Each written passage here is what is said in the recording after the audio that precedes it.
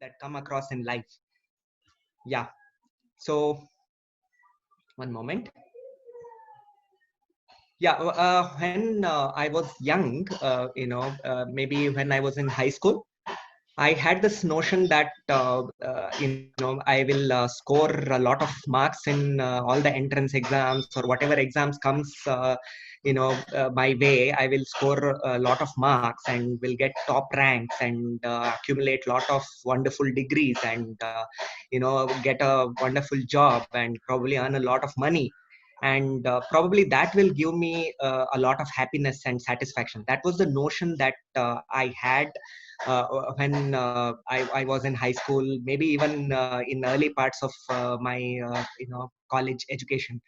But then as time went by and with more experience, what I have understood is life is not just the sum of possessions, the materialistic possessions that you have or the degrees that you accumulate. Life is much more than that.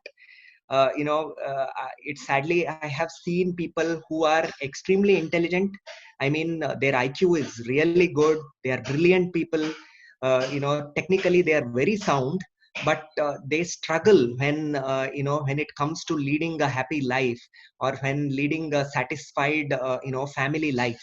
You may also have heard about innumerable examples where people who have lot of technical skills, but they lack non-technical skills or soft skills, which can be summed up as life skills.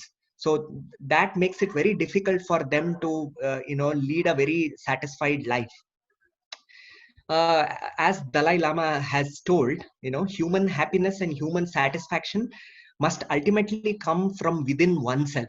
So sometimes we are on the search of finding happiness outside, right? We are searching happiness in the most latest gadget, or we are searching happiness in the latest model car, or in the biggest mansion that we can get our hands on. So happiness is not in the external world. Happiness is something which comes from within us. So Dalai Lama has beautifully put it in this quote. So that's where life skills come in, because unless you understand your mind, the workings of your mind, or how you can manage your mind, I think all the materialistic possessions or all the external possessions that you may have may not ultimately give you long lasting happiness. One thing, friends, that you should remember very well is that ups and downs are a part of life. you know like an ECG, if there are no ups and downs in your life, then you are probably dead, right? So life is about facing hurdles, facing failures, facing challenges, problems, right? Solving each problem every day as it comes and moving on. Okay. And one thing that I would like to stress upon is, if you want to grow in life, if you want to take it to the next level, then you have to move out of your comfort zone, right? See, what is your comfort zone? You are, basically it is the status quo, or whatever is your current status in life, that is the status quo or the comfort zone. If you want to grow further from that stage, then you have to put yourself into an uncomfortable position. You have to go into unknown territories. You have to explore a lot of stuff which can be intimidating for you, or anxiety provoking for you, or it may create a lot of fear in you. For example, if you are not a good public speaker, the first session I could attend, the first OSEP session. So if you are not a good public speaker, then you will have to climb on the stage one day, some day or the other. You have to get on stage, you have to face the audience. Only when you are ready to become uncomfortable like that, then you can take your personality, take your skills to the next level. So there are ups and downs in life, don't get afraid of them. So what are the life skills that are essential to become an efficient person in handling all the challenges and demands of your life? I think the most essential skill, I feel, is self awareness. Okay. Right. I would just ask all of you to reflect for 1 or 2 minutes on How many times throughout these, last few days, have you tried to pay attention on what is going on in your mind? Like what thoughts were running in your mind, or what emotions you were going through? Okay. How were you behaving in certain situations? How was your body feeling? What was the bodily sensations that you were getting? How many times do we pay attention to these things in our day-to-day life? I'm pretty sure, most of us, right? There are some few exceptions, but most of us don't really spend any time on these things. We don't really reflect upon ourselves.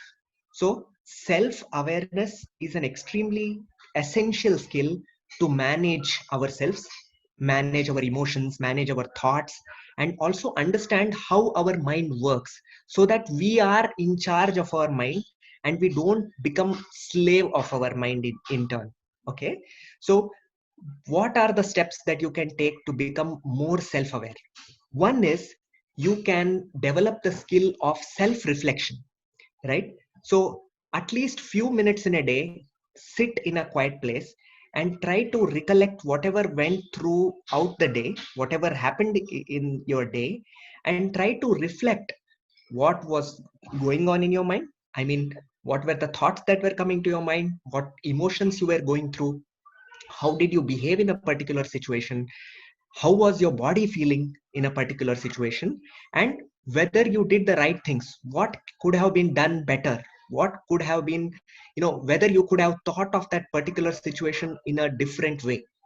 See, that is how you can reflect upon whatever goes through your day, right? For example, I will narrate, a real example maybe, right? So when I did my last session, on I think the last session was with Tridhara.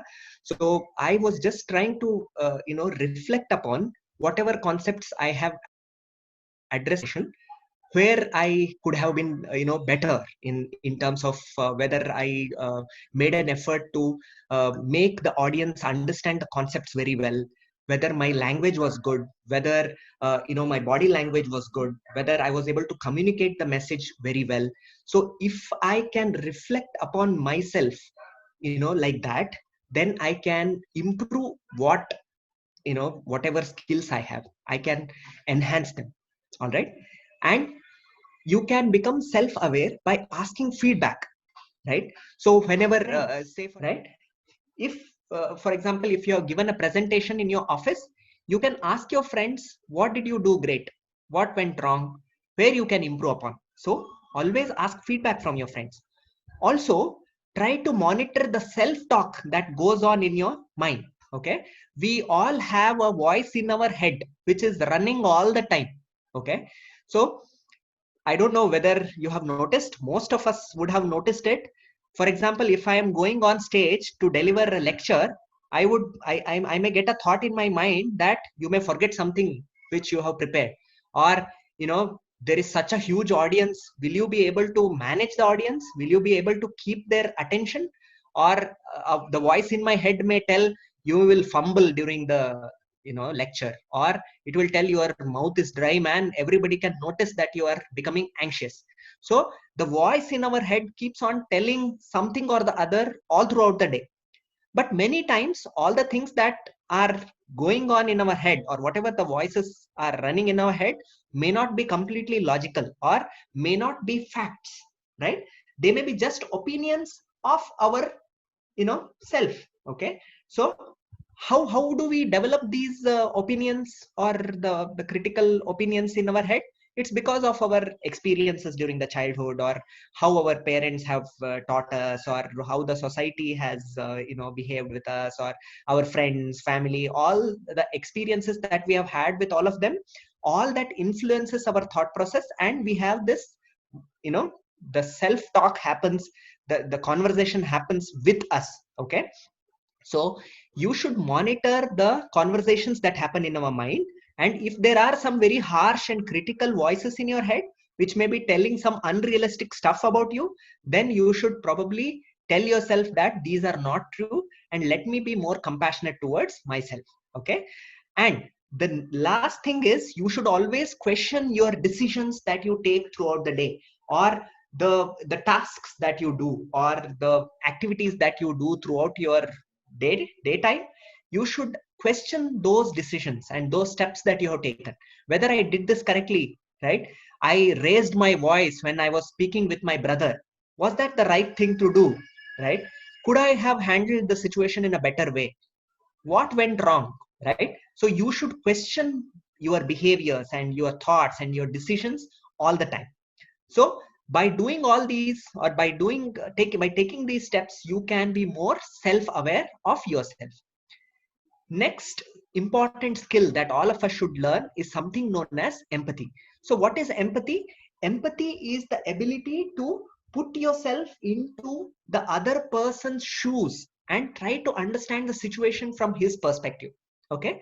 For example, if your colleague is angry with you, okay, that you have not finished your assignment that he had delegated to you, you may feel very upset that this fellow is always cranky. Okay. And if you think that this fellow is always cranky, then you will feel upset and you may have a huge argument with your colleague. Okay. But when your colleague is getting angry with you, if you can put yourself into your colleague's position and try to think of the scenario, the pressures that your colleague may be going through from the manager. Probably the manager is questioning your colleague that what is happening with the thing that I had assigned you, correct? So he's pressurizing you. So if you can think of the situation from his perspective, probably you will take it in a very moderate way and you will be able to handle the situation with less distress. So empathy is an important skill that all of us should learn. Another important skill is our self-esteem, how to manage our self-esteem or build our self-esteem. Many of us friends have symptoms of low self-esteem, okay, or an inferior self-esteem. What are those things? One is, if we are worrying about other people's opinions all the time, then we probably have a low self-esteem. Also, people with inferior self-esteem always try to avoid conflicts at any cost. So if your colleague shouts at you, right, even if you think that whatever he has done is unfair towards you, you may not even raise your voice, or you may not even go to negotiate with your colleague, because of the low self-esteem, you want to avoid all conflicts at all cost. So that is not a healthy situation. You have to live with your colleague every day. You have to face him every day, right? So running away from all conflicts is another symptom. The other symptom is, you think other people don't like you or respect you, okay, or you value too much about what other people think about you, and you have lot of statements or labels in your head which are self-hatred. Okay, you may think of yourself that I look ugly, or I don't speak that great, or I don't have any skills at all, I am not a good manager, or I am not a good teacher. You may have lot of negative statements in your mind which are which all mean of self-hatred. Okay, or you may find it very difficult to make eye contact with a group of people. If you are in a class and if you have to make eye contact with all the students, but you are finding it very difficult to make eye contact if you have a low self-esteem. Also, you don't want to be in the limelight. That is, if you are in a meeting and if you have a great idea that you can express it to your boss, you are afraid and you don't want to get noticed by everyone, so you just keep quiet and don't raise your hand to suggest that idea. So you may try to blend into the crowd and don't want to be the center stage, or don't want to take the limelight at all cost. So these are some of the symptoms of low self-esteem. So what are the why someone develops low self-esteem is because they have ideas in their mind such as, I can't do anything, or I am not worthy, or I must be perfect. They may have some rigid rules about themselves that if I take up some task, I have to be perfect in it. I must not make a mistake at all. For example, if you are assigned to conduct a stage program, okay, and if you are the MC, and even if you fumble at one small point which was not noticed by the audience at all, you may become very self-critical that I was not perfect in my presentation, I made a mistake, so I'm a very bad person.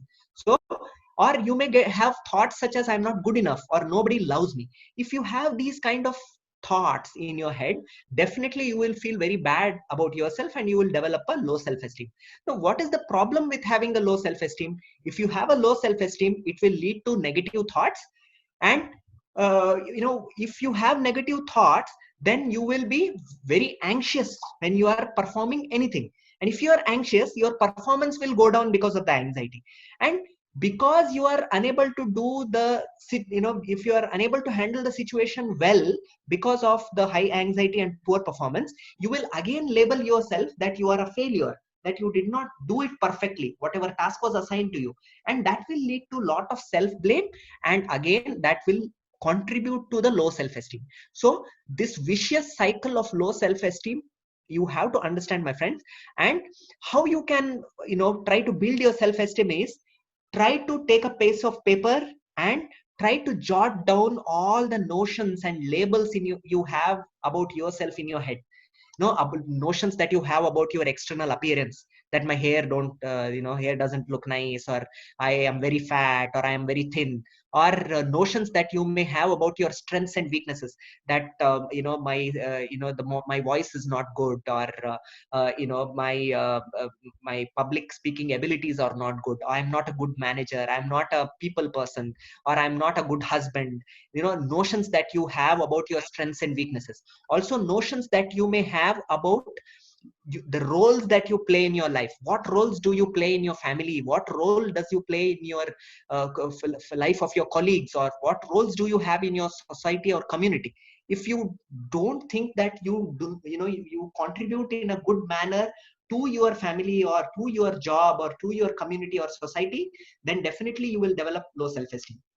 The last thing is, what are the notions that you have about the vision for the future, right? Do you think that your life will be good, or what you will be able to achieve in your life?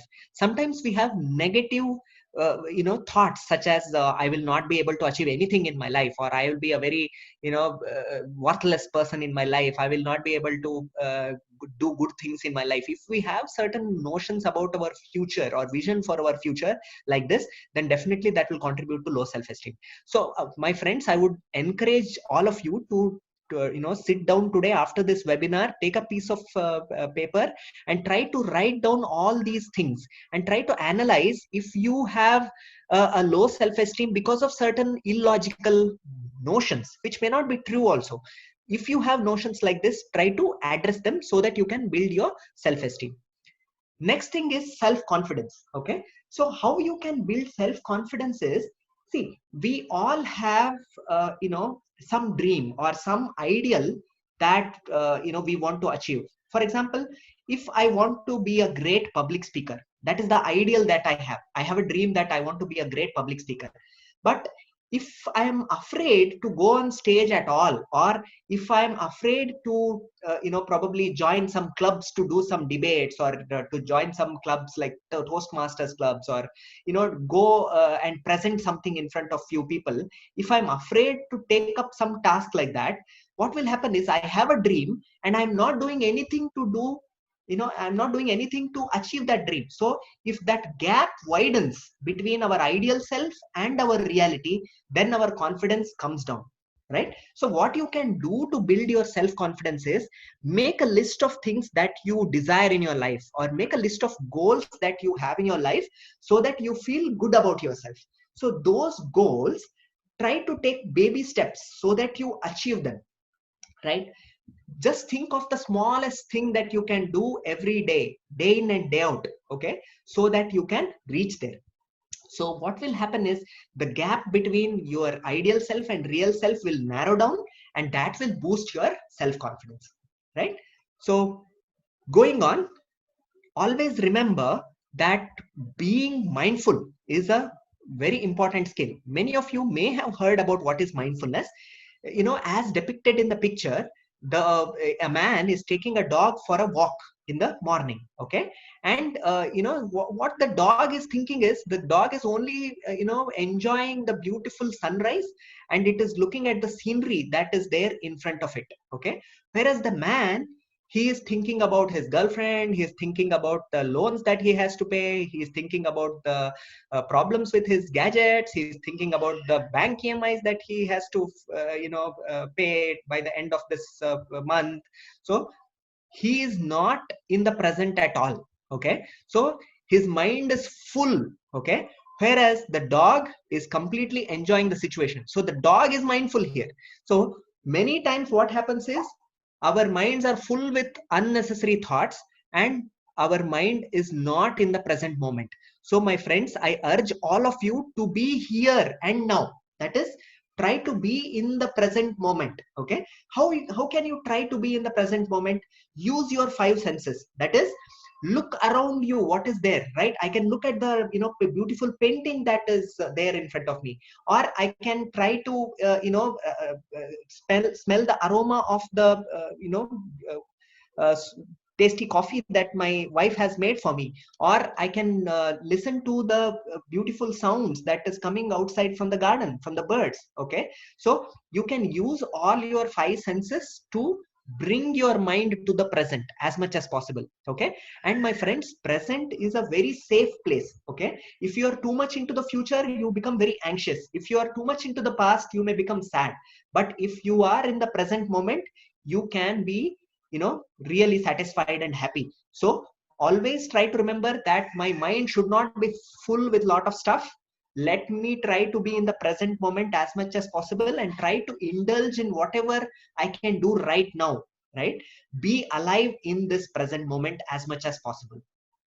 Also, another important skill that all of us should understand is something known as emotional intelligence or emotional quotient. Okay, the picture shows an iceberg. Okay, as you may know, right, the tip of the iceberg or whatever appears on the surface of the ocean is very small, whereas there is a huge chunk of ice, which is the real portion of the iceberg, which is hidden under the surface of the ocean. So intelligence is something which all of us have noticed, that this guy is brilliant. As youngsters, we were paying a lot of attention on increasing our intelligence, but we have not worked on our emotional intelligence. Emotional intelligence may play a huge role in the satisfaction levels or the quality of life that we may have, or the success that we experience in our life. Okay, whatever roles we may have in life, the success that we experience, it all depends on a huge way on emotional intelligence. Okay, so how we can improve emotional intelligence is through certain steps. One thing that is the first step is self-awareness, which we have already discussed. The second thing that we should remember is we should be able to identify and label our emotions whenever we are going through some emotions. For example, due to the pandemic and lockdown, many of us are experiencing a lot of anxiety. So how do we experience anxiety? Anxiety is a very unpleasant feeling that something bad may happen, or something is out of my control, or there is going to be a very difficult situation because of this lockdown. Such thoughts may run in your head, and you may feel anxious. So the first step is identify these emotions. Okay, and label those emotions, that I am feeling anxious now. Okay, right, and be very compassionate about yourself. Be very compassionate about whatever emotions you are experiencing. Don't become very critical about whatever you are going through at that point of time. Right, for example, you need not feel bad that you are feeling anxious, because it's a very universal phenomenon which all of us are experiencing at this point of time. Right, and next step in emotional intelligence is something known as self management. How you can manage emotions is, first, be compassionate whatever emotion you are facing. Okay, always remember that you cannot really stop experiencing some emotion. If you're feeling anxious, you cannot just hit a pause button or hit a stop button and stop that emotion of anxiety. You should remember that you have to deal with this emotion. How can you deal with the emotion? Again, you can use the five senses that I was talking about. For example, go and cuddle your dog. Okay, right, so when you cuddle the dog and you experience the comfort through your touch sensation, it makes you feel relaxed, and it may make you feel less anxious. If you are angry, you go and listen to some soothing music that you love. Okay, open your favorite playlist and try to uh, enjoy that music. That can bring down your anger. So you have to manage your emotions by soothing yourself using your five senses. Also, social awareness. What is social awareness is you should be aware of your emotions, and also you should be aware of your emotions of people around you. For example, if you are in the office and your colleague appears distressed, or he is appearing sad, you should probably go and speak with him. Why are you appearing upset today, or did something happen which has made you feel sad today, right? So social awareness is a crucial step to develop and build relationships with others, right? See, as a human being, you cannot be like a isolated island. You have to connect with people, right? You have to build good relationships. So if you want to build good relationships, if you want to manage your relationships, then you should understand what emotions they are going through. Okay, right? And if there is a conflict, or if there is an argument that is going on between you and your colleague, then look at how I can bring to a come to a solution for this argument, or how we can come to a common ground, right? So that can happen only if you can set aside emotions of anger, or emotions of hatred or sadness that can arise when you develop some conflicts with your various relationships. So emotional intelligence, as I told, it should start with self awareness. You should try to manage your emotions. You should become socially aware of emotions in other people, and you should also manage relationships by managing your emotions. Next important thing that all of us as youngsters should remember is, many people think that doing a lot of stuff at a time is a superpower. Okay, many of us believe that I can work on my laptop, I can use my phone, I can watch something on the TV, at the same time I'm eating something, right?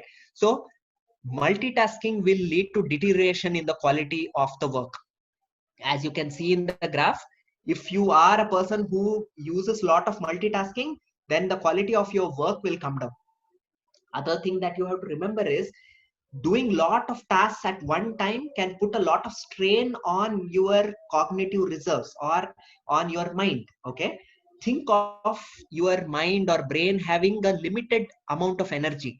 If you want to do 100 things at one time, you will waste a lot of energy on so many things, and you will not be able to focus on one thing, right? So multitasking is a myth, my friends. So always think of single tasking, right? Single tasking is a superpower. If you can focus on one thing which is a priority to you at this point of time, then definitely you can be more efficient about whatever you do in life. Another important thing that we should understand, that technology, okay, especially our gadgets like smartphones or laptops that we have, they can they can be very addictive at times, right? Sometimes we spend a lot of time using our smartphones or using our devices.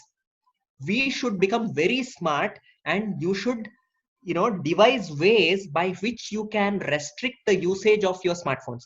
For example, you can mute notifications of all the groups in WhatsApp, or you can turn off the notifications of all the social media applications, and you can choose when to check social media. For example, if you are a person who wants to be on Instagram and use it wisely, check it at a certain time of the day, right? You can you can set aside a time that, okay, after I have breakfast, after I do some things in the morning, because mornings can be very refreshing to do interesting stuff.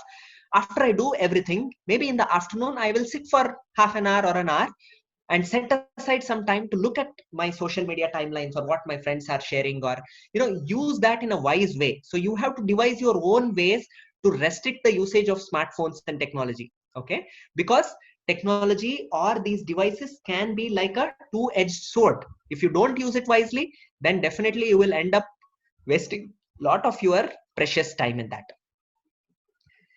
And stress management, okay, managing stress is extremely important. They say that a diamond is a piece of charcoal which managed its stress very well. Okay, so if you want to become a diamond, okay, then you should handle the day-to-day stress that you face. Okay, so stress is inevitable, or it's a universal phenomena that all of us have experienced. Nobody can claim that, no, I have not experienced stress at all. Okay. So how can you manage stress? First of all, the pandemic has, the coronavirus pandemic and lockdown has led us to understand this term very well. We have slowed down. Basically, we have stopped rushing through our lives because we are forced to be in lockdown, right? But think of your life situation 2 to 3 months ago. You are rushing through your day, one thing after the other. You are in a hurry. You don't really enjoy what you are eating, or you don't spend quality time with your family. You're always doing one thing or the other. Either you are doing some work related to the office, or you're chatting with your friends. You don't pay attention to slow down and think of all the good things that are there in your life. So my friends, always, at least few times in a day, tell yourself, I should pause. Okay, I should take a long and deep breath. I should ask myself to slow down. Okay, I should ask myself to pause, right? So that can be very helpful to manage stress. Also, how you can keep calm in a distressing situation. See, why do we feel perturbed by any situation? We feel perturbed because we have an expectation, but we don't get what we want, right? For example, during this lockdown, all of us want to go and meet our friends probably, or we want to go and watch a movie, or go back to our jobs, but we are unable to do that, right? If we fight with this thing, if we struggle with this thing, that I am not able to go outside at all, then definitely you will feel distressed, correct? But if you can accept this fact that the whole world is facing this situation, this lockdown is something which is inevitable, and I have to serenely and calmly accept this, then you can maintain your calm in this situation. Also, try to look at the bright side of things in everything in your life. Okay. For example, imagine you are going on the street, and on the other side of the road, your friend is walking by. Okay. And you say, you call out your friend's name loudly, right? But your friend just walks and doesn't look at you at all. You may get a thought that my friend has forgotten about me, or because I had an argument with him a week ago, probably he is not friends with me anymore. You may think like that. Or you can think that maybe he has Bluetooth earphones in his ears, or maybe he did not hear what I shouted, or maybe he is in a urgent situation where his mind is totally focused on something else, so that he did not notice my call, right? So always try to look at every situation in a more realistic way rather than a positive way. I would not stress too much about being positive in everything, okay? Because you cannot be positive in everything. For example, many of us, we don't have a good earning at this point of time. All our salaries have been cut, or many people don't even have a daily earning, correct? So how can you tell him that be positive about your finances? He cannot be positive about his finances, but he can be realistic. I can be realistic. What can I think? I can think that, okay, I have enough for my daily needs. I can provide for my family. Even if I'm not earning as much as I was earning before, I can still provide for my family. And once this lockdown is over, I can work, very hard to, fill up whatever deficiency I have had. So always I can be realistic. Okay. I can look at the bright side of things. I can be more practical and pragmatic. Also, be very compassionate towards yourself. Take it easy, right? Many times we will not be able to do many things in our day. For example, during this lockdown, we always plan so many things. We want to be very productive. We think that I should attend to 5 webinars, and I should finish these assignments that the college had assigned. I should do some research. I should write manuscripts. I can think of 100 things in a day. But friends, sometimes we are not able to achieve whatever we have planned. At that point of time, be compassionate towards yourself. Don't be very harsh or critical towards yourself. Imagine if your friend comes and asks you that, Ravi, I did not do as much as I expected. You would probably tell him, it's okay, man, you can do it tomorrow, right? So when it is about our friends, we are very nice to them. But when it comes to us, we become very self-critical and harsh towards ourselves. So take it easy, my friends. Also, unplug. By meaning unplug, what I mean is keep away from your devices. Go through a digital detox, at least few minutes in a day, at least few hours if possible. Okay, keep away from your phone for half an hour, 30 minutes. make a conscious choice of restricting the usage of devices. Also try to enjoy your life. Okay, so there are so many beautiful hobbies that you can have. You can learn music, you can listen to music, you can play an instrument, you can meditate, you can do paintings, you can do sketches, you can learn gardening, you can learn cooking. So many wonderful things that you can do to enjoy life. And you have to understand these little things are the real joy of life. So enjoy these things. Also, once you start going back to your normal life, always remember, no matter how busy you are in your job, try to set aside some time for fun, for some hobbies. Okay, and so that you relax. Okay, also, once this lockdown is over, always remember, no matter how busy you are, go out with your friends, socialize as much as possible, go out and connect with the nature. Maybe go to the park and sit amongst the trees and listen to the birds chirping. Try to connect with the environment around you. Okay, and also meditation, managing stress. Meditation is an extremely important thing that you can do. I will address that in the coming slides. Yeah, other important skill that you have to learn, my friends, is adaptability. Okay, this beautiful quote which says, God grant me the serenity to accept the things I cannot change, the courage to change the things I can, and the wisdom to know the difference. It tells us that sometimes in our life we have to adapt to certain situations. We cannot change a certain situation. For example, if you have a boss who always makes it a point that he criticizes you, or he makes it very difficult for you to work in the office, it's something which probably you cannot change, right? So how you can adapt to that situation becomes extremely important. If that job matters to you, if the skills, if you can use your skills very well in the job and the job matters to you, then somehow you have to put up with your boss, right? So you will have to find some way to bring acceptance of whatever is the situation, how you can deal with the situation. Also, you should have the wisdom to know when you can change something and when you have to accept something, right? Be more adaptable, that's what I want to say. Other thing is, you have to be a lifelong learner, right? So how can you be a lifelong learner? The first thing is, have a genuine curiosity in everything in life. Always ask these questions, who is that, or what is this, or where is that, or when, why, how. Okay, for example, if I have to sit in the home in the lockdown and I should not go to my neighbor's house, why is that, right? Why is why the doctors are stressing that I should not go out of home, or why the doctor is stressing that I should use the soap to wash my hands for 20 seconds and not less than that. So be curious. Curiosity, when you become curious and ask questions after questions, I think asking the questions is more important rather than having all the answers in life, right? So you can become a lifelong learner if you are curious. Also, remember to have humility, right? You can learn from anything, everything, and everyone. Okay. Always remember, at any point of your life, you have something to learn. Don't think that you have acquired all the skills of your life, right? At any stage of your life, no matter which stage you are, even a person who has got all the good skills, I think most people who are successful, they believe that they can learn from everybody, right? Be it the janitor in the institution, or the sanitation worker, or the students, or anyone, right? So you should always try to learn from everyone. Also, another important thing the pandemic has taught us, the lockdown has taught us, is when Prime Minister Modi announced the lockdown, the first thought that came to our mind is whether we have enough rice, whether we have enough vegetables, whether we have enough toilet paper, sanitizers, right? We were not bothered about whether we have a nice haircut, or whether we have the latest gadgets, or whether we have whether we have a latest car in our home, right? We were bothered about our needs rather than our wants, right? So we have to differentiate what are our wants and what are the needs.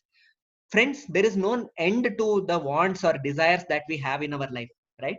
But needs are always limited, right? We all have the capacity to fulfill our needs, but we don't always have the capacity to fulfill our greed, right?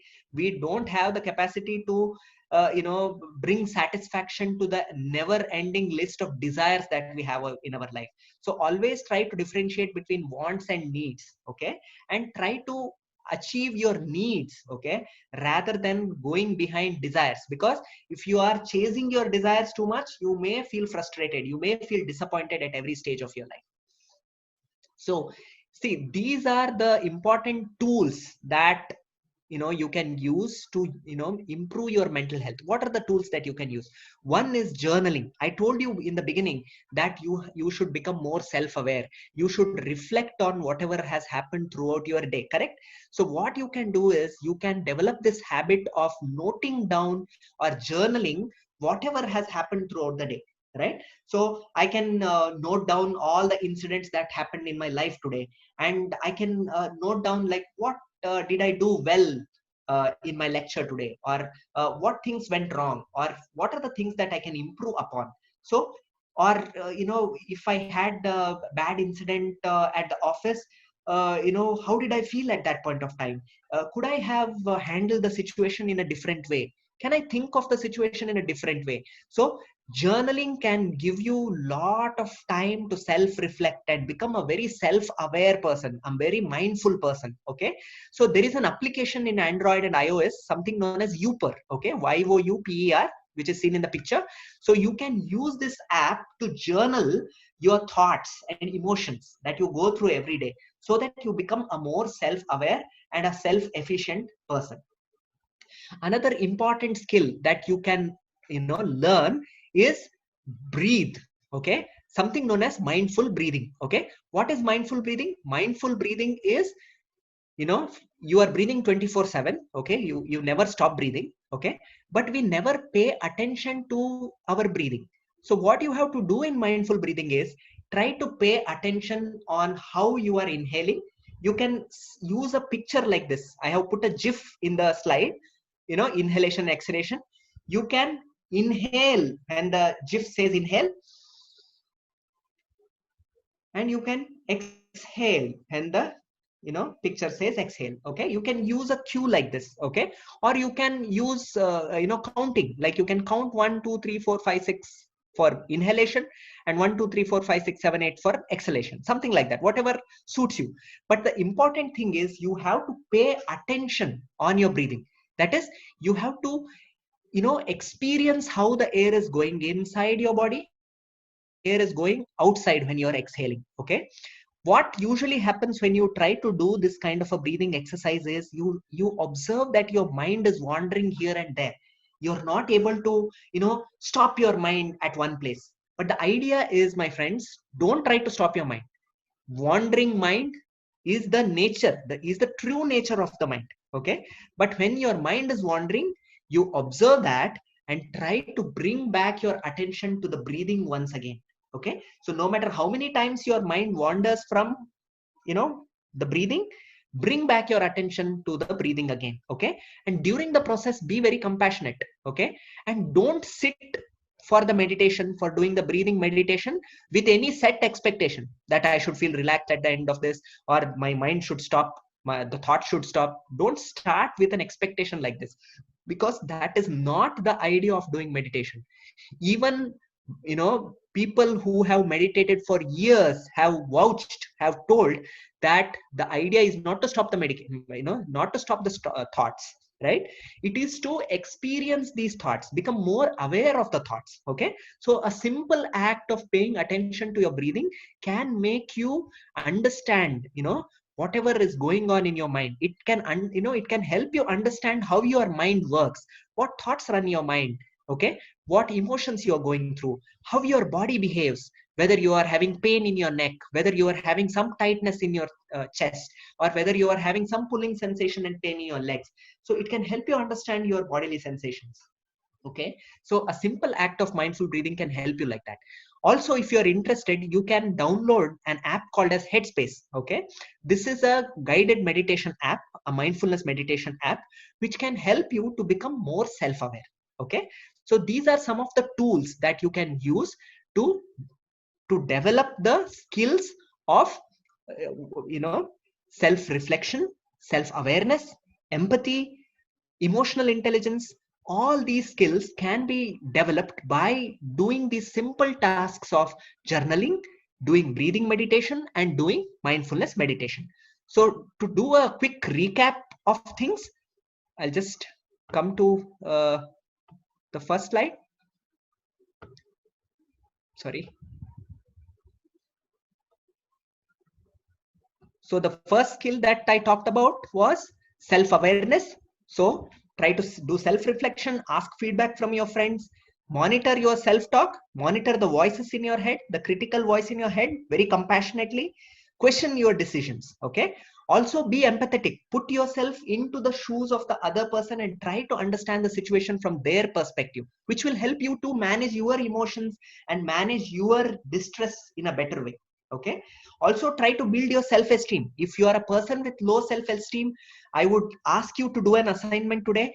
Go and sit, take a piece of paper and try to write down whatever notions you have about your looks, or whatever notions you have about your strengths and weaknesses, or whatever notions you have about your roles in life, or whatever notions you have about your future. Right? For example, you may have very unrealistic thoughts such as I look ugly, or I am a very bad public speaker, or I am not good at all, or I don't have a bright future. Right? If you have negative notions like that, analyze that and ask yourself whether these are true, whether these are realistic. Okay, which can help you to get out of the vicious cycle of low self-esteem.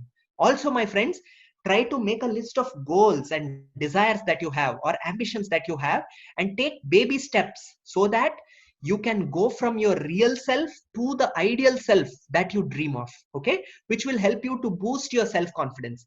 Grab every opportunity that you have to achieve your dreams. Okay, and don't have your mind full. Okay, be a mindful person. Okay, be a person who is in the here and now.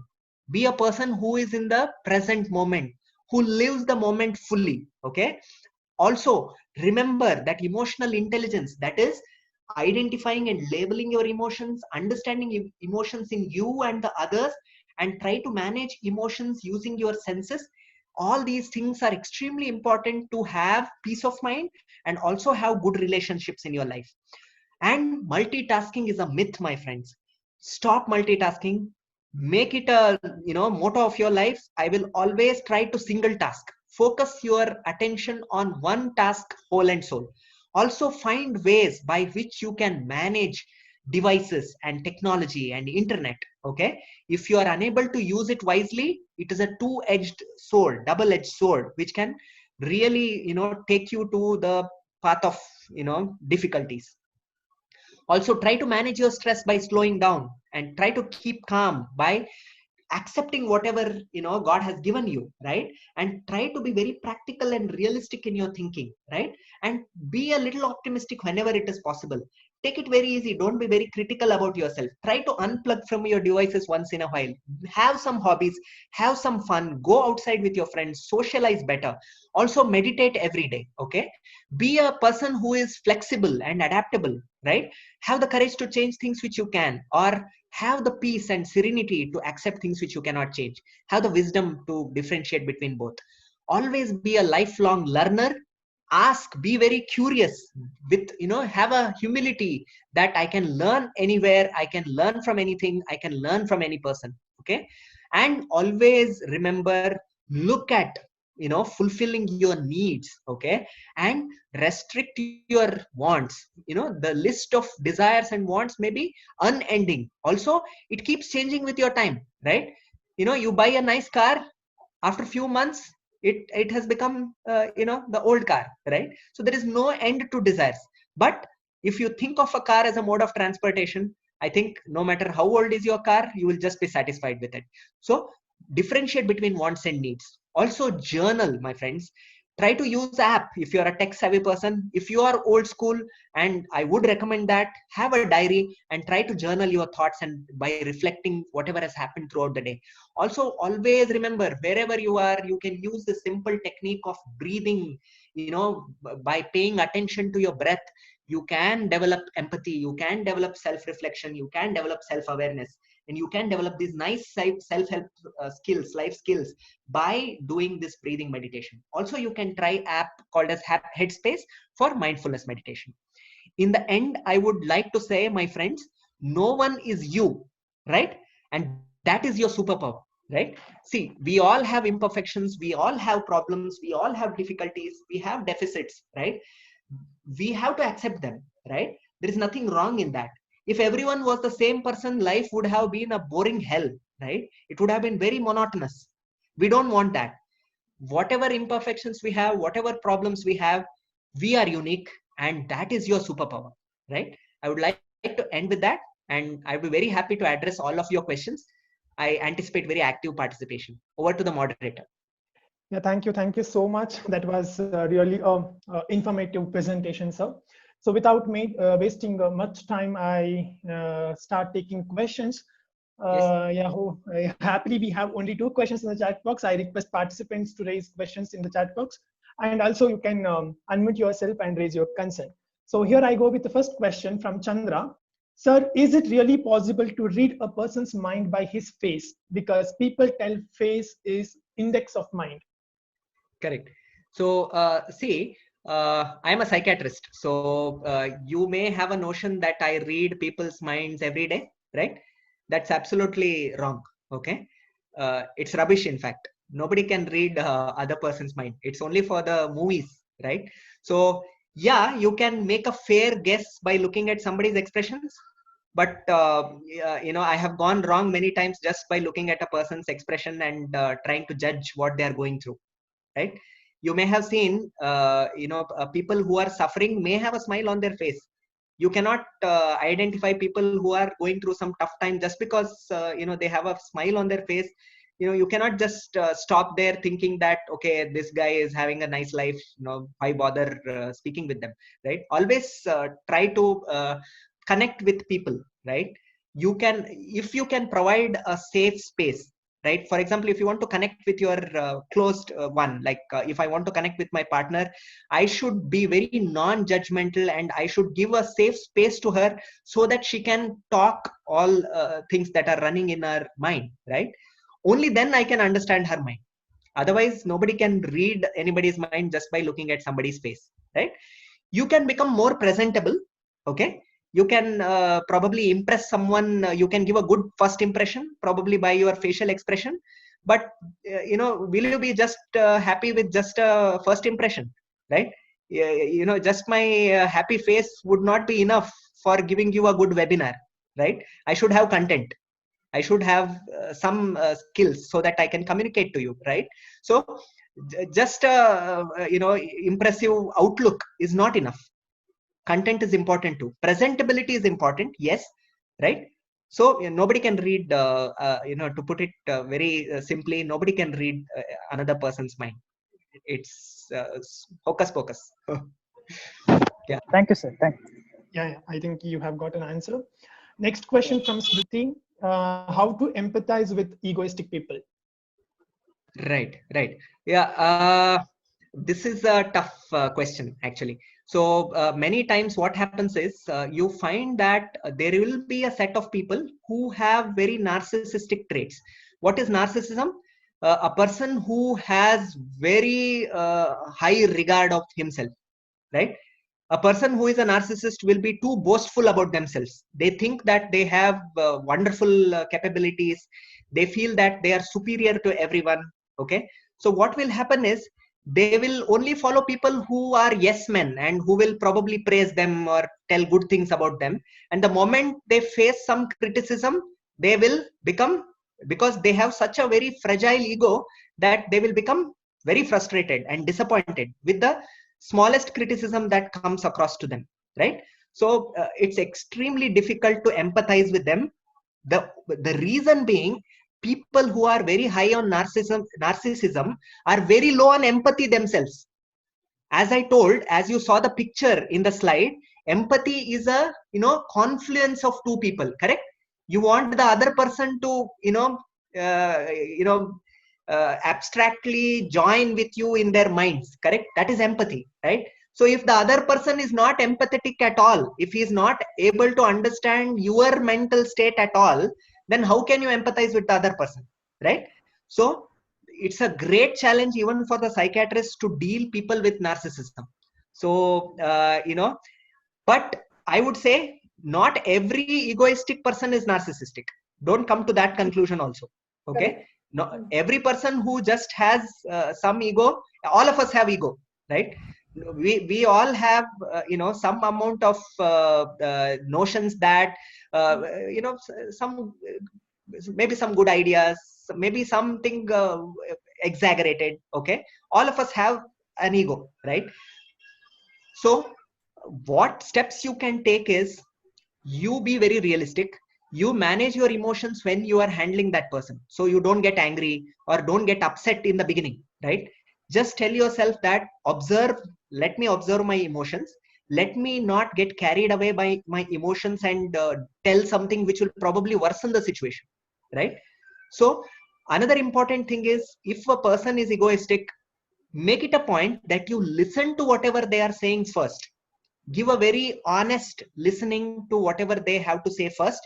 Then you put across this comment that, okay, I have listened I have listened to whatever you have told so far, and I understand that, but can I suggest you few things? Okay, can I give you some ideas about this situation? I have some differing opinions. I would like to add something to whatever notions you have. You may choose certain words by which you can make it a little easier for you to handle this person. Hope I have answered that question. So actually, I asked that question because usually, if there are egoistic people around me, I stay away from them. I don't usually mingle with them much. But in workplace, when you have such a background, when such a colleagues around you, you have to work with them on a regular basis. So, and one more question I had to add to this: whenever anything is happening around me, I immediately it will come on my face. Like my face is very expressive, that people around me will know actually what I am thinking of. I don't know how, but it looks on my face. That is what I get. I the agree feel. with you. So, I agree with you that some of us are very reactive and very responsive to the stimuli that are around us. Okay. yes. And So even though I don't speak, my face will tell it. So how can I yes. control I that on think my face? And yes. See, there is nothing wrong in being expressive. Okay, right? I wouldn't say that you become a person who has a masked face. Okay, so there is nothing wrong in that. But what you can do is, every time you are thinking of going into a difficult situation, for example, you told that there are some egoistic people around you, correct? So every time you are going there, just pause for a moment and tell yourself, I have to watch my thoughts and emotions when I go there, right? okay. I should be, prepared, okay, so that I can take whatever they are telling in a very practical way, by not getting very hurt about what they are saying. Take only the good parts from that, okay, and maybe if possible, add something to that, okay. Or if you feel that it cannot be changed at all, then you just accept that they are like that, they have these notions, and probably it is wise for me not to get into an argument with them, right? But avoiding them all the time is not a good idea at all. You have to voice your opinions in a non-confrontational way, right? So as much as possible, Yes, right? sir. Thank you so much, sir.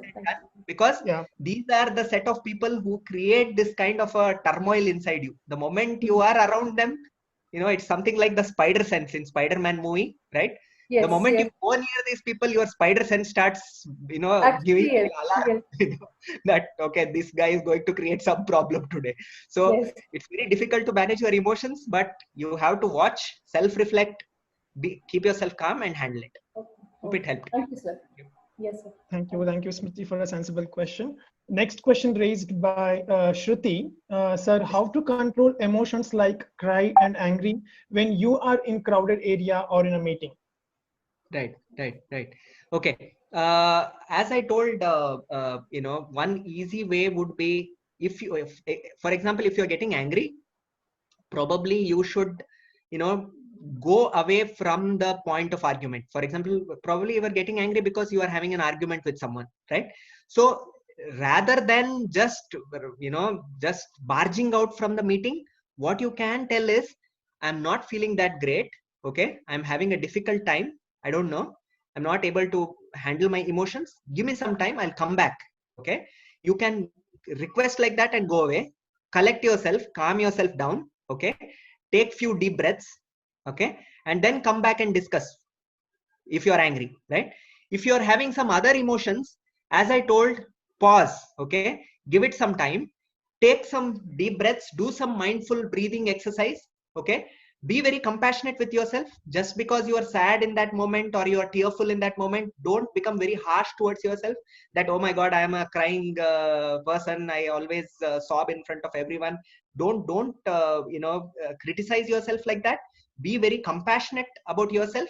At the same time, ask yourself that, let me look at the situation. Maybe you can look at the situation in a different way. For example, your friend, I don't know whether I gave you this example in this session. If one of your friend tells you that your presentation, you made certain mistakes, or you dragged the presentation, they make some critical comments, and if you're feeling sad at that point of time, why don't you look at it in a different way? For example, you can tell yourself that this person, who is giving some critical feedback, is a person who wants me to change and improve, right? Don't always look at your criticizers as your enemies, right? They may be a source for growth also. So why don't you look at the situation in a different way, so that you can manage your emotions better, rather than thinking that, oh my god, this guy is always critical about me, which will make you feel more upset and probably cry out more louder, right? So you can do something like that. Look at the situation a different way, be more compassionate, try breathing exercise. If you are angry, go away from that situation. Okay, you can use these techniques. Thank you. Yeah, I hope Shruti has got answer for her question. Move on to the next question from Sayeda. So, can staying isolate for some time can release stress? Right. See, there is difference between solitude and isolation, Saida. So solitude is something which will give you peace, correct? For example, you go and sit in a corner in your house where you have a window where you can look at the garden, or you have a rack of books where you can take out a book which has got a lot of quotes which can inspire you. It may be something like a refuge for you, right? So going to that kind of a place of refuge can be solitude for you, right? But isolation is different. Isolation is where you are getting away from people. Maybe many of us are experiencing isolation because of the lockdown, right? If you are not socially connected through calls, or if you are not doing enough to take care of yourself, you are experiencing isolation, which is not good. But many of us are loving the solitude that has brought by the lockdown. And poets or writers or thinkers, they want solitude. Artists, if they want inspiration, they want solitude. So if it is solitude, enjoy it fully. Even you can take hours. Okay, but if you want to isolate yourself to manage an emotion, it has to be very brief. As I told you, if you are angry, you go out of the place where the argument took place and isolate yourself for a brief moment, maybe for a few minutes, and then come back. Okay, don't isolate yourself for very long. Like, you don't lock yourself in a room for 24 hours. That is going to worsen your emotions, correct? So solitude is good. Isolation for a short duration is okay to manage some emotion. For a longer duration, it can be counterproductive. I think I've answered the question. Okay. Next question raised from Shubhangi. I think I missed that. Okay. Sir, when do we call a person is emotionally stable? Right. Okay. See, if you are able to be, all of us have this need to excel something in something in life, correct? For example, I being a doctor, I get lot of pleasure and contentment by being good at my work, right? So, but my job also entails that I see lot of distressing situations in everyday consultations. I may talk with a person who has suffered some trauma in childhood. I may talk with a person who has lost his job. I may talk with a wife who has lost her husband by suicide. Okay, see, those kind of distressing situations give rise to some emotions in me, correct? But if I am able to manage those emotions and be productive in my work. That is, if I'm able to excel in my skills or excel in my job, then I'm an emotionally stable person. See, it doesn't mean that if you are an emotionally stable person, you don't have these emotions, right? You should not equate both of them. An emotionally stable person has emotions of sadness, anger, anxiety, fear. It doesn't mean that an emotionally stable person should not have these emotions. So it's quite natural to have all these emotions. And if that person is able to manage that and be productive in his life and excel in whatever he is doing, then that is an emotionally stable person. So obviously he will have good relationships. He will have a good family life. He will be content with whatever he is doing in life. So, right? So the important message is not the absence of certain emotions like sadness, anxiety, or fear, but ability to cope with those anxieties, sadness, and fear. That is the sign of a mentally stable person or emotionally stable person. Yeah. Okay. Next question from Pranita. When we are in a very tight schedule and we have important tasks to be done in a short period of time, then how can we one second. I'm sorry.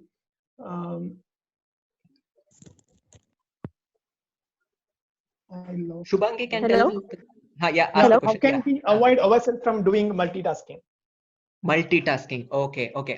Right. See, I think we get into these kind of situations, in these kind of panic situations, because sometimes we keep postponing day-to-day tasks. So if we are postponing or procrastinating, what is procrastinating? See, I have an important manuscript to write today, but some cat video on the YouTube will look very attractive at that point of time, or I have to get in touch with all my friends on social media at that point of time. So many times we tend to sit on the important work till the point of time where we are in panic mode, right? I don't know how many of you followed Calvin and Hobbes comics. Okay. Calvin and Hobbes, Calvin is a child actually, and Hobbes is his pet tiger. So his pet tiger asks Calvin that, you have an important school homework to be done. What are you doing playing around in the garden? So Calvin the child tells to the, tiger, imaginary tiger, that, Hobbes, I have to be in the right mood to do these things. So Hobbes asks him, what is that right mood? So he told, last minute panic. So many of us think that last minute panic, we become masters, or fully capable of doing everything with 100% efficiency, which is false, right? We lose on efficiency because we tend to put everything in the end. So if we are doing something like that, we should avoid that. So how can we avoid that? Every day when you get up, have one or two goals, realistic goals, something known as SMART goals. You must have heard of it, many times. Specific, measurable, attainable, right? Realistic, tangible goals. Okay. So if you have SMART goals, then, very achievable goals, if you have every day, then you will do your work on time, so that you don't get into a situation where you have to do 10 jobs at a time, right? So I'm pretty sure none of us are in such situation where we have to do 3-4 jobs at one time, correct? We put ourselves forcefully into that kind of scenario, right? But if we have to do such a situation, then probably what you should do is give some time for one task, maybe 15 minutes for one task, then you get back to the other. Maybe some professionals may have something where they have to do 2 tasks at one time. So pay 15 minutes of attention, because 15 to 20 minutes is the attention span of a human being, most of us, average. So give 15 to 20 minutes to one task, then switch to the other task and come back to the previous one. Keep doing like that, right? If it is something which needs to be done, right? Otherwise, try to do things in time. Yeah. Okay, sir. Thank you. Yeah, this question is from Dinesh. I'm confused to choose any one thing from many. I feel I'm neglecting 99 things out of 100. So do you have any suggestions how we can choose a better one? I think I meant that. Dinesh, if you want to add any more, you can add. Okay. I think, Dinesh, I think I can answer that. Hello? Yes, sir. Yeah. See, one is, life is full of choices, okay, right? So we have to choose certain things, prioritize certain things. So if you are saying that I have 100 things, 100 choices, and I am losing out on 99, something is really wrong, okay, right? So what you should think about is, think about prioritizing it with two things, okay? One is, what is the time urgency to do this thing, right? For example, if you have to submit an assignment in college tomorrow, then that is something which you need to work on right now. You can neglect the 99 things which can wait till tomorrow, right? So think of the time urgency. Other thing is what it means to you, right? So if it is an assignment which doesn't mean anything to you at all, and you can avoid submitting that assignment, why would you want to choose such kind of an assignment, right? So it is all about prioritizing things which are important to you. And how you can prioritize? What it means to you, right? What outcomes you are going to get by doing a certain thing, and what is the time urgency to do that thing. You can use these two things to make the choices, okay? Other thing is, you may sometimes have a dilemma that this is also important, this is also important, what to do, okay? Like for example, if you have a choice of attending two webinars, for example, you have a webinar on life skills, you have a webinar on maybe marketing skills at the same time, okay? So you have to ask yourself, what are the pros and cons of attending each webinar? So if there are more pros of attending marketing skills webinar, then probably leave the life skills webinar, right? So it's all about making wise decisions when you're making choices by looking at the pros and cons, and also the time urgency and what it means to you and what outcomes it can give you. Hope I have answered the question, Okay, Dinesh. sir. Okay, sir. Thanks a lot. Yeah. Looking into the next question from Neham, it always says that stay away from negative people, but do we really need to do that?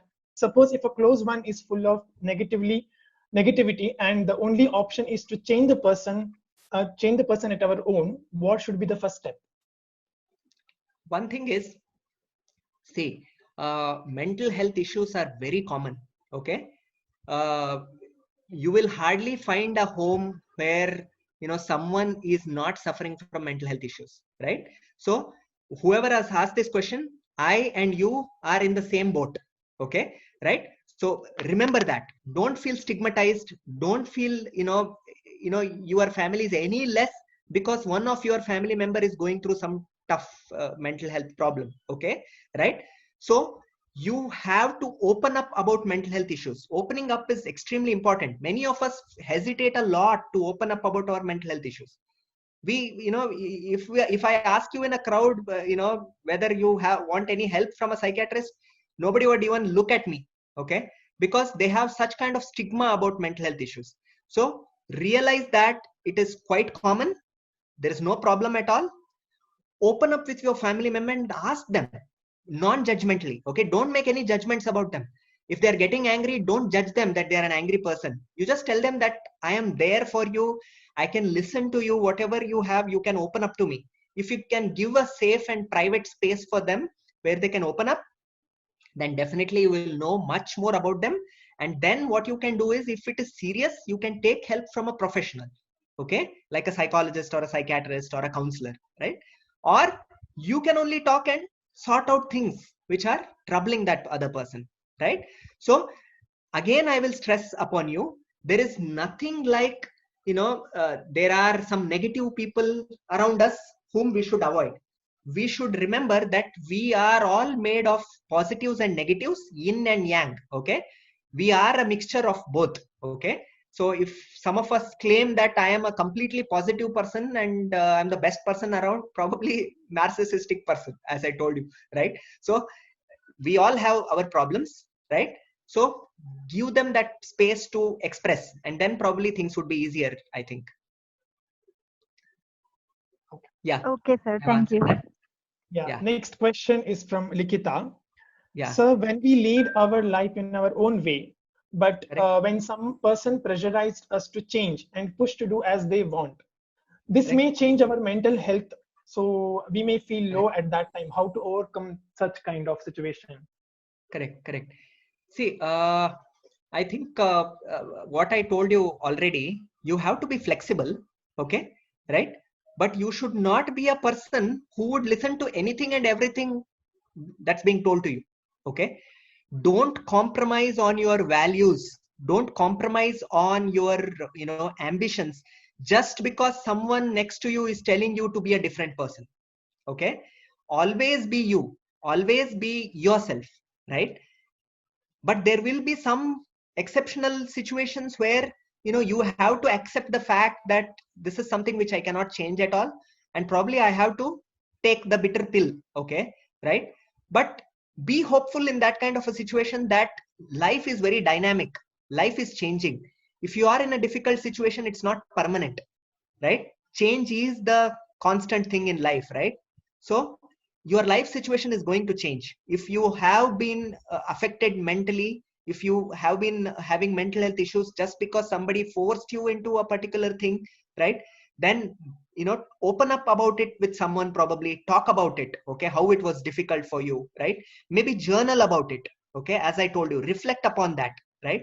But and if there is a choice to change something now, always ask yourself, right? If it is something which is too much compromising on your values and ambitions, I think you should not listen to the person, right? Hope I have answered this. It's a very difficult question, not a not something which I can answer easily, I think. Yeah, I think Likita has got her answer. So next we have only last two questions. The Yes. one is from Habarsha.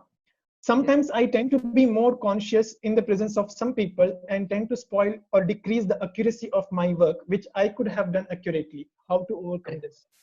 Yes.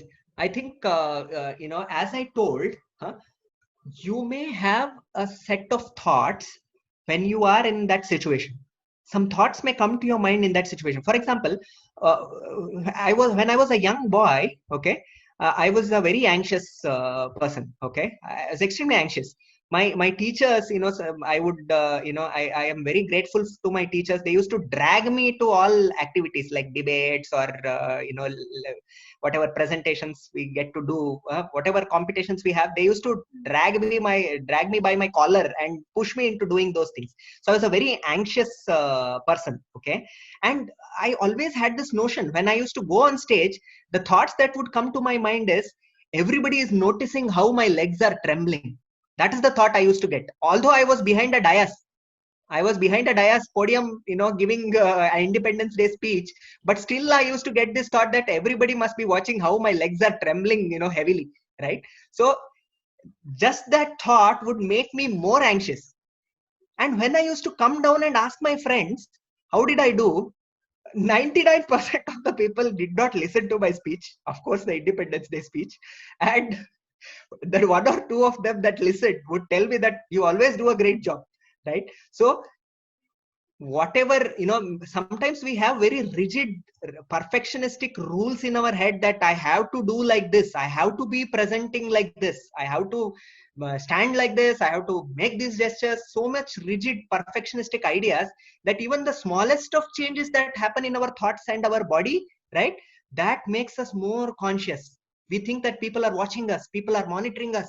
You have to understand, Varsha, that people who are listening to you, right, they have come to listen to you, right? And much more than them, right? And obviously, you need not think that they are people who are just sitting to criticize you or point out your mistakes, right? They have come here to learn something from you, probably, or get some benefit from you.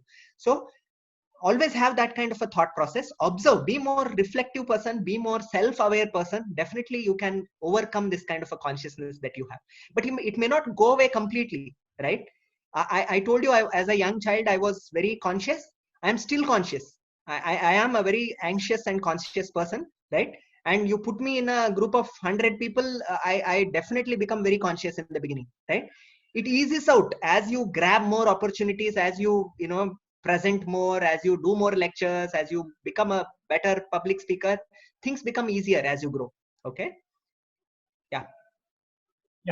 Now I'm going to take the last question, an interesting question too.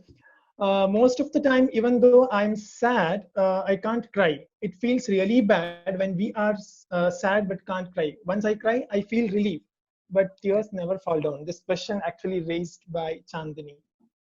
Correct. So I think what you should do is probably journal. Okay. So if you are getting this emotion of feeling like crying, definitely your mind is getting a little restless with certain thoughts. Correct. So if you just having those restless thoughts in your head, it's like having a stampede in your head.